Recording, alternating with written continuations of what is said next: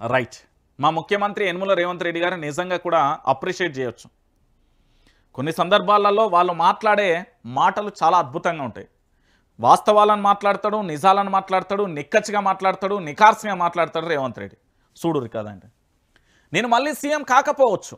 ఖచ్చితంగా కాడు. ఎందుకంటే తెలంగాణ ప్రాంత ప్రజలు 6 గ్యారెంటీలు, 13 అంశాలు, 420 హామీలు ఒకటైతే, హైదరాబాద్లో హైడ్రా పేరుతోని మరొకటైతే, లగచర్ల ఘటనతోని ఇంకోటైతే, సిమెంట్ ఫ్యాక్టరీతోని ఇంకోటైతే, ఎమ్మెల్యేలు, ఎంపీలు, వాళ్ళ దగ్గరుండే పిఏల అరాచకం ఇంకొకటైతే, దాంతోపాటు పోలీసు వ్యవస్థను ఉపయోగించి సోషల్ మీడియా మీద పడడం ఇంకోటైతే, ప్రశ్నించే గొంతుకల జర్నలిస్టుల మీద పడడం ఇంకొకటైతే, అక్రమ కేసులకు ఘోరాతి ఘోరంగా కూడా ఇబ్బంది పెట్టే ప్రయత్నం ఇంకో చోట జరుగుతుంది.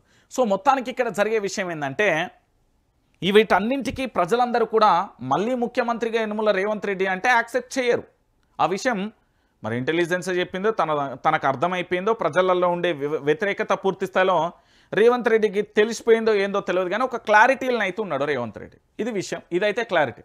నేను మళ్ళీ సీఎం కాకపోవచ్చు, రాజకీయ పదవులు తాత్కాలికం, ఎక్కడైనా అధికారులే శాశ్వతం, ప్రజలకు మేలు చేసే పనులు ఆపద్దు, ఉద్యోగులు తల్లిదండ్రులను పట్టించుకోవాలి, లేదంటే జీతాలలో కోత విధిస్తాం, త్వరలో దీనికి చట్టం తెస్తాం, గ్రూప్ 2 ఉద్యోగులకు ఎంపికైన 783 మందికి నియామక పత్రాలు ఇచ్చిన సీఎం రేవంత్ రెడ్డి అంటూ కూడా చెప్పిన పరిస్థితి కనబడతాం.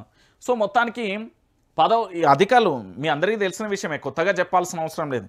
ప్రపంచంలో ఎక్కడైనా కూడా గ్రామీణ స్థాయి అంటే ఏది పంచాయతీ కార్యదర్శి కానుండి మొదలు పెడితే రాష్ట్రానికి సంబంధించిన సిఎస్ వరకు ఏ హోదాలో ఉన్నా, ప్రభుత్వానికి సంబంధించి ఏ చిన్న పదవిలో ఉన్నా పెద్ద పదవిలో ఉన్నా ప్రభుత్వ ఉద్యోగమే కాబట్టి వాళ్ళు నీతి నిజాయితీగా పనిచేస్తే అవినీతిని అరికట్టొచ్చదని నేను చెప్పిన మాట కాదు, బహు మేధావులు చాలామంది చెప్పిన విషయమే.